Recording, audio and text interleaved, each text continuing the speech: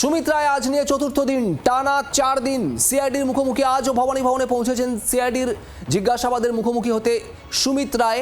একাধিক মামলা, কখনো শালবনির জমি মামলা, কখনো ডেবরায় চাকরি দুর্নীতি মামলা।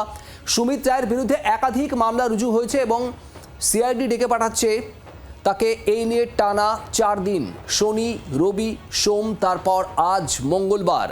আজও ভবানী ভবনে হাজিরা দিলেন সুমিত রায়। অভিষেক বন্দ্যোপাধ্যায়ের আত্মসহায়ক। আজ এই কিছুক্ষণ আগে 9:50 নাগাদ ভবানী ভবনে পৌঁছেছেন সুমিত রায়। বিক্রম দাস আমাদের প্রতিনিধি রয়েছেন। বিক্রম, চতুর্থ দিন আজ আবারও ভবানী ভবনে সুমিত রায় পৌঁছলেন।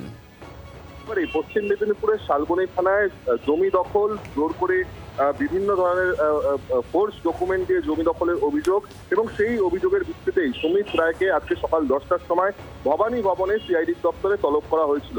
সুমিত রায় কিছুক্ষণ আগেই এসে পৌঁছেছেন ভবানী ভবনে সিআইডি দপ্তরে। তারপর থেকে তাকে জিজ্ঞাসাবাদ শুরু করা হয়েছে। এই নিয়ে চতুর্থবার তাকে জিজ্ঞাসাবাদ করছে সিআইডির তদন্তকারী আধিকারিকরা। গতকালও ডেবরা থানার যে মামলা রয়েছে সেখানেও জমি দখলের মামলা, সেই মামলাতেও তাকে জিজ্ঞাসাবাদ করা হয়েছে প্রায় 9 থেকে 10 ঘন্টা ধরে।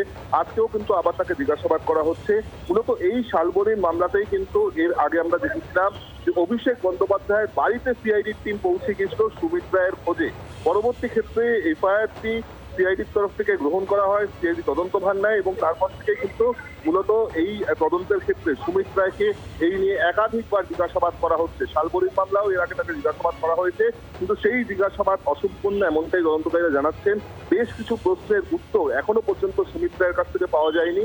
সেই উত্তর পাওয়ার জন্যই মূলত আজকে তাকে তলব করা হয়েছে। ইতিমধ্যেই সুমিত রায় এসে পৌঁছেছেন এবং তারপর থেকে তাকে জিজ্ঞাসাবাদ শুরু করেছেন সিআইডির তদন্তকারী আধিকারিকরা। বাংলার আওয়াজ, বাঙালির আবেগ, জি 24 ঘন্টা।